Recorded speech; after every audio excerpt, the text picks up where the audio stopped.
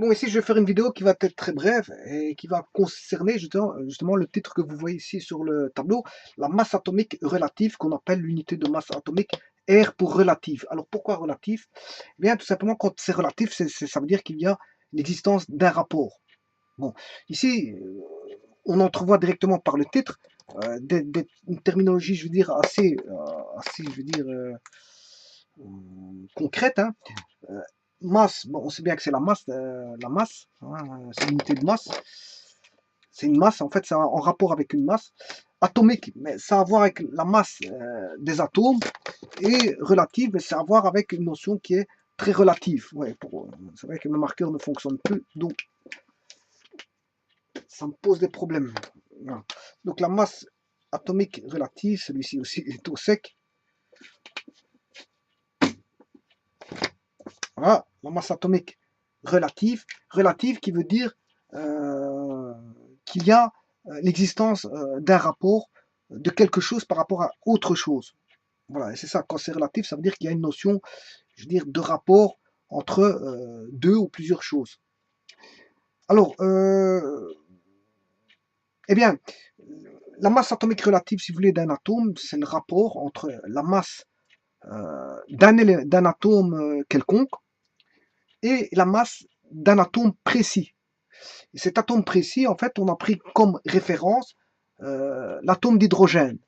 Elle a été choisie, si vous voulez, comme masse étalon. Voilà. Euh, C'est-à-dire, je veux dire par là, qu'est-ce que ça veut dire? Si je prends par exemple la masse atomique relative de l'azote, je vais regarder dans le tableau de Mendeleev, l'azote fait 14,0067. L'azote, dans le tableau de Mendeleev, c'est 14,0067. Je ne sais pas si on voit, juste à côté du carbone. Normalement, vous deviez avoir votre tableau de Mendeleev. En fait, c'est la fameuse valeur qui est ici, 14, tout en bas. Voilà, 14. Qu'est-ce que c'est que ce 14? Qu'est-ce que c'est que ce 14 pour l'azote? 14,0067. Bon, quand vous avez une virgule, hein, pour des raisons de facilité, vous arrondissez à l'unité la plus proche. Donc, c'est-à-dire, vous prenez par exemple 14. Voilà. Là, vous prenez à l'unité la plus proche, vous avez 14. Ce qui veut dire que l'unité de masse atomique relative pour l'azote, il est de 14 fois. De 14. Ça veut dire quoi 14? Eh bien, si on compare par rapport à l'hydrogène, ça veut dire qu'il est 14 fois, l'azote est 14 fois plus lourd que l'atome d'hydrogène. Tout simplement parce que la référence ici, l'étalon, si vous voulez, ou la référence, c'est l'hydrogène qui est pris comme la valeur étalon donc de unitaire. La valeur unitaire, c'est l'hydrogène.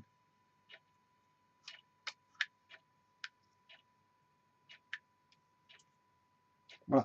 Donc, ce qui veut dire que si je fais un rapport masse d'azote sur masse d'hydrogène, eh bien, on verra qu'il y a un rapport de 14. Et c'est pour ça qu'on a attribué 14 à la masse, l'unité de masse atomique relative.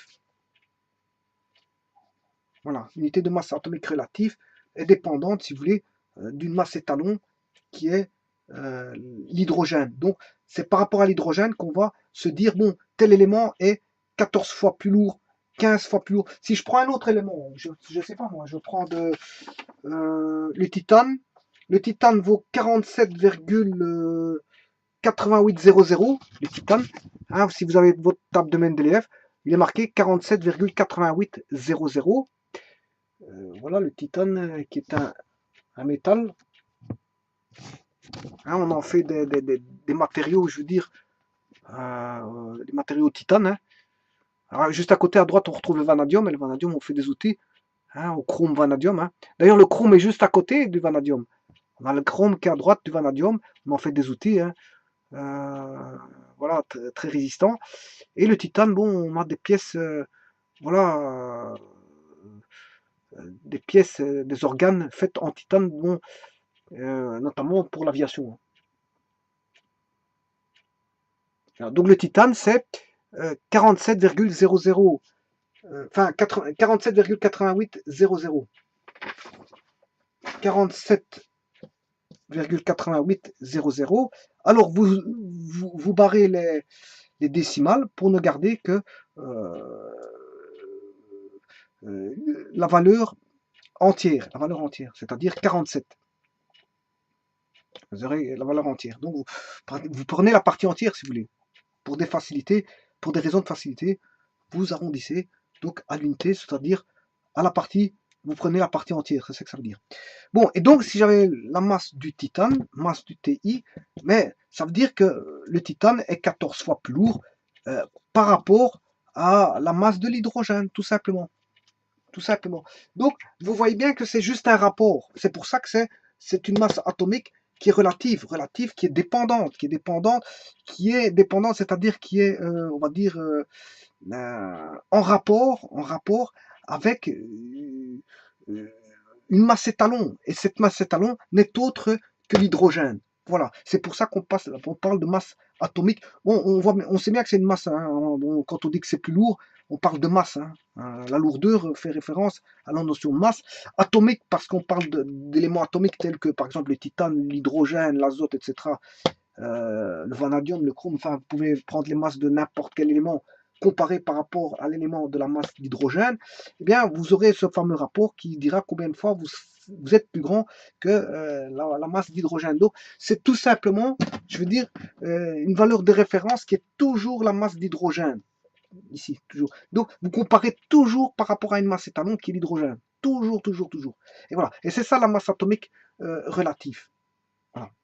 Donc, si on vous demande par exemple de trouver les masses atomiques relatives pour les différents éléments que je vais citer maintenant,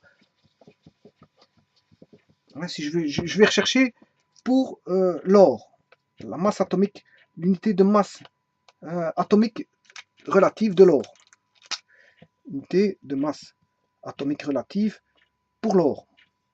Ensuite, je vais essayer de le faire pour le phosphore, je vais le faire pour le chlore et je vais le faire pour le potassium.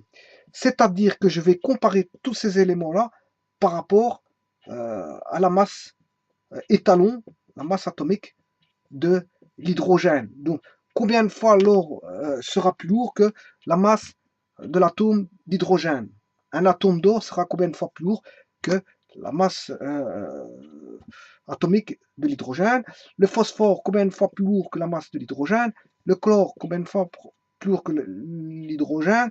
Et le potassium, combien de fois plus lourd que le potassium, combien de fois plus lourd que l'hydrogène? Sachant que l'hydrogène, bon, sera la plus petite masse. Hein. Bon, on a pris, voilà, vous savez très bien que la masse d'hydrogène, bon, c'est la plus petite masse. Voilà, parce qu'il possède que, voilà, un seul électron. Et donc, fatalement, un seul proton. La masse de l'hydrogène, voilà, il est là, c'est celui qui est plus reculé, avec le moins d'éléments possible, donc le noyau le plus léger. Et donc, fatalement, on a pris l'hydrogène qui était, voilà, le plus léger, pour faire des comparaisons avec les autres. Donc, c'est bien ce que je disais, c'est un système d'unité. C'est un système d'unité. C'est comme vous preniez le premier qui serait le 1, et les autres seront en rapport avec le 1. Hein, d'accord, quand on dira 24, on sait bien qu'on est 24 fois plus grand que le 1. Voilà, donc l'hydrogène a été pris, dire, comme étant voilà, une valeur de référence. Une valeur de référence. Et par rapport à ça, je sais comparer tout ce que je peux. Ce que je veux. Bon, ouais, le problème n'est pas là. C'est quand on fait un tel exercice, de savoir que l'or c'est AU. Hein. Or qui vient de orum. Le chlore c'est Cl. Le potassium c'est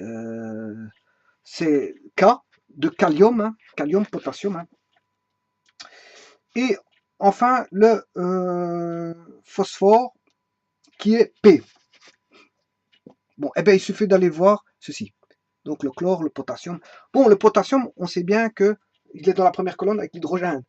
Voilà, donc il fait partie des alcalins. Et le potassium, il fait 39, donc on a la ligne des alcalins. Et donc le potassium est ici. Donc il se trouve en dessous du sodium. Et donc le potassium, j'ai 39,0 83. Et donc le potassium, je vais prendre la partie entière, c'est-à-dire 39. Donc il est 39 fois plus lourd que l'atome d'hydrogène. Voilà. Alors maintenant, si je prends le chlore, il fait partie, si vous voulez, des halogènes. Et le chlore, on le retrouve ici dans la colonne, si vous voulez, 17, 17 ici. Et donc on retrouve le chlore ici. Et le chlore, on se retrouve avec 35, 45, 30. Et je vous montrerai comment on calcule ce 35, 45, 30. Hein. Voilà. Je vous montrerai ceci. Mais là, vous prenez la partie entière. Je vous montrerai comment on calcule ce fameux 35, 45, 30. Plutôt ce 35, ouais, 35,45, 32. Je vous montrerai comment on le calcule. Voilà, c'est une masse atomique. Voilà, c'est une, comment on appelle ça? C'est un calcul en fonction, je veux dire, des pourcentages des isotopes. Mais je vais vous montrer comment on fait ce calcul-là. Donc, on a bien 35. Maintenant, si je vais chercher le phosphore. Le phosphore, c'est un azotide, donc il est en dessous dans la colonne 15, en dessous de l'azote. Et donc on retrouve le P ici, phosphore, qui est 30,9738. Donc c'est 30. Et enfin, l'or, qui est bien sûr un métal, et qu'on va retrouver ici, dans la colonne 11, en dessous de l'argent. Or et argent, veut dire qu'on en fait des pièces de monnaie.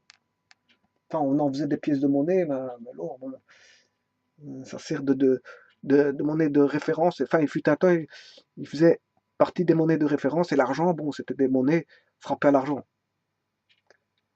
Maintenant, on a de l'argent avec des alliages. Hein. Des alliages, voilà. Donc l'or, c'est, je vais vous le dire tout de suite, 196, 98, 65, ce qui fait 196. Bon, et en voyant ceci, j'ai les masses atomiques relatives par rapport à la masse d'hydrogène. Et donc, qu'est-ce que je peux tirer comme conclusion de ceci? Mais que les masses de chlore par rapport à l'hydrogène est 35 fois plus grand, que celui du potassium est 39 fois plus grand, que le phosphore est 30 fois plus grand, et que celui de l'or, la masse de l'or est 196 fois plus grand que celle de l'atome d'hydrogène. Voilà. Que la masse de l'atome d'hydrogène. Donc maintenant, grâce à ça, grâce à ces rapports, mais fatalement, je peux dire que d'office, comme on sait que lui est plus grand que lui est plus grand, lui est plus, enfin que lui, le rapport de lui sur lui est plus grand que le rapport de lui sur lui, 196 sur 1 est plus grand que 30 sur 1, donc je peux dire que 196 est plus grand que 30. C'est ce qu'on appelle de la transitivité. Voilà, si 196 sur 1 est plus grand 196. Si j'ai 196 sur 1, 196 sur 1 est plus grand que 35 sur 1. Voilà, est plus grand que 35 sur 1. Que 35 sur 1 est plus grand que 30 sur 1, ça veut dire que 196 sur 1 est plus grand que 30 sur 1. Voilà, donc je peux faire un classement. Une relation d'ordre au niveau des poids atomiques.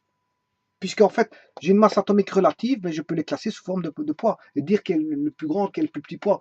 Rien qu'en comparant par rapport à un atome étalon. Je compare par rapport à un atome étalon, donc je sais comparer entre eux, fatalement, parce que les rapports, je sais, si les rapports, je sais les classifier par ordre, mais fatalement, je sais ordonner ceux-ci aussi par ordre. Hein. C'est d'office, voilà. Et par transitivité, bon, si 196 par exemple sur 1 est plus grand que 35, mais, et que 35 sur 1 est plus grand que 30, fatalement 96 sur 1 est plus grand que 30, donc je sais les classer tous. Donc tout ça pour vous dire qu'ici, par exemple, l'or est plus lourd, est plus lourd que le phosphore. Et que le phosphore, le chlore et le potassium, bon, le chlore et le phosphore et le chlore, ils sont déjà presque au même poids. Et ça, on peut comprendre pourquoi. C'est parce qu'ils sont situés l'un à côté de l'autre. Voilà, ils sont situés l'un à côté de l'autre. Parce que le tableau de Mendeleïev, quelque part, il est classé par ordre de masse atomique. Donc fatalement, si les masses sont proches, ça veut dire qu'ils sont l'un à côté de l'autre. Effectivement, le chlore est ici, en colonne 17, mais il n'est pas si loin. Il y a juste entre le chlore et le phosphore, il y a le soufre. Il y a le soufre entre eux. Donc c'est normal que leur poids, leur unité de masse atomique sont proches. Voilà, et le soufre fait 32.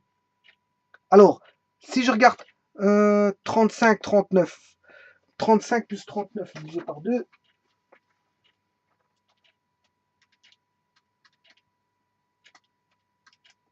voilà, ça fait 37. Ouais, 37.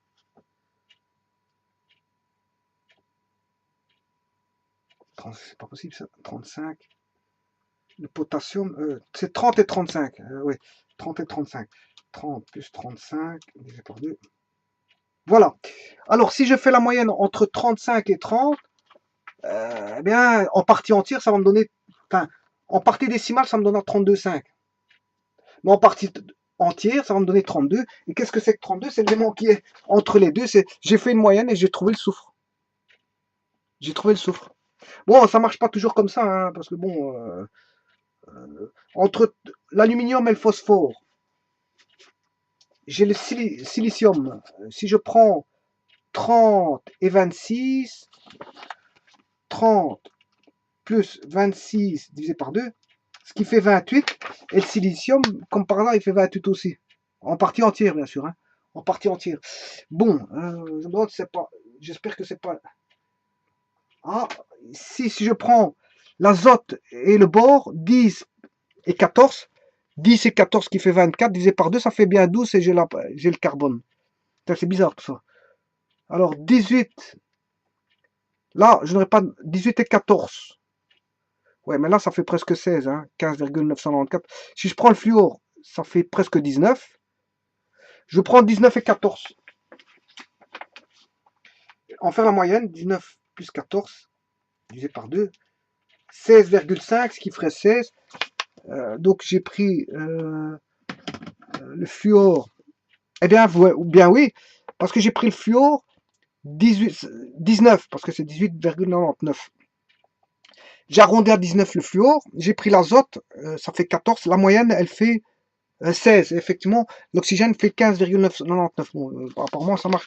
Je me demande si ça marche partout. Le fer 56, on va prendre le fer, et 52 le chrome. 56 plus 52 divisé par 2. 51 plus 56 divisé par 2. 53, ce qui fait 53. Donc je viens de prendre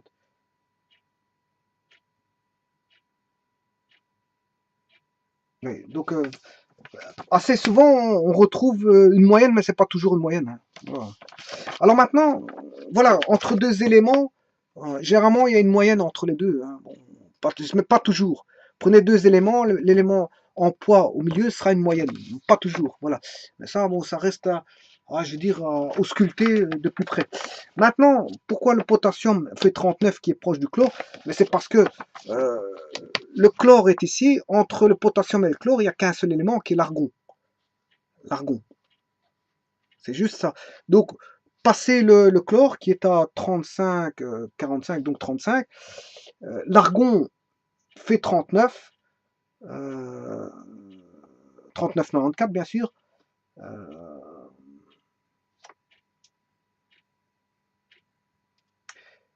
Et le potassium 39.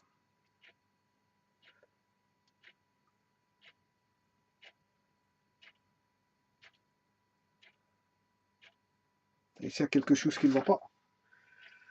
39, 35.